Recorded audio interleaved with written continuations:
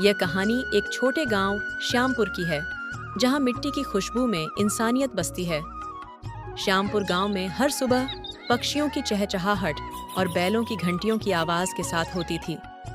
उसी गांव में रहते थे हरिराम, एक सादा सा किसान जिसकी उम्र 70 के करीब थी, और उनका बेटा मोहन, जिसने शहर जाकर MBA किया था।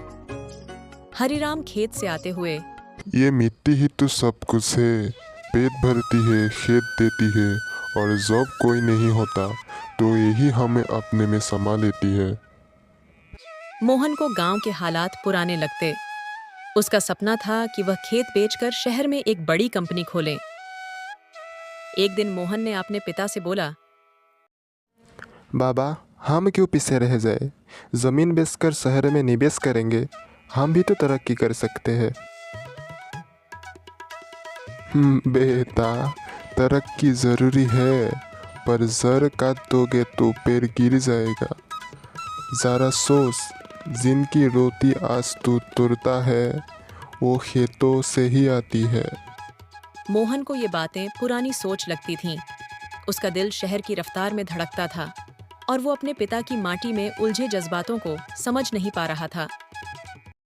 एक दिन मोहन गांव लौटा।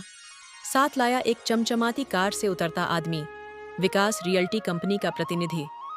उनके पास नक्शे थे, प्लान थे और मोटी रकम का वादा। आपका गांव अब गरीब नहीं रहेगा, यहाँ फैक्ट्री लगेगी।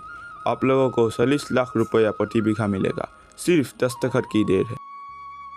गांव में खलबली मच गई। कुछ लोग लालच में आ गए, कुछ डर में।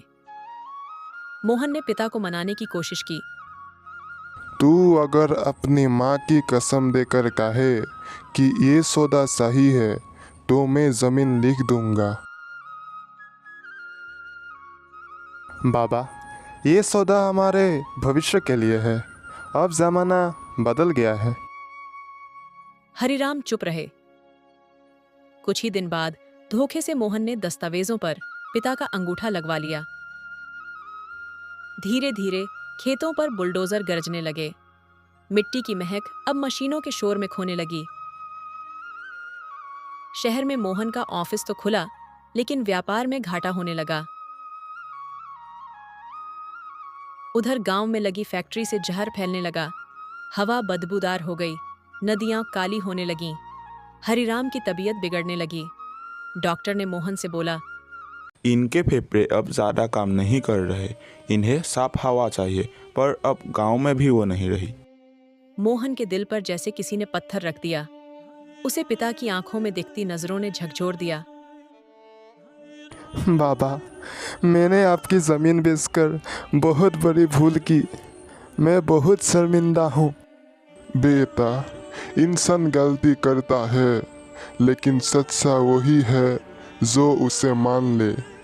मैं माफ कर देती हूँ, तू भी खुद को माफ कर, लेकिन इस गांव को वापस जिंदा करना अब तेरा फर्ज है।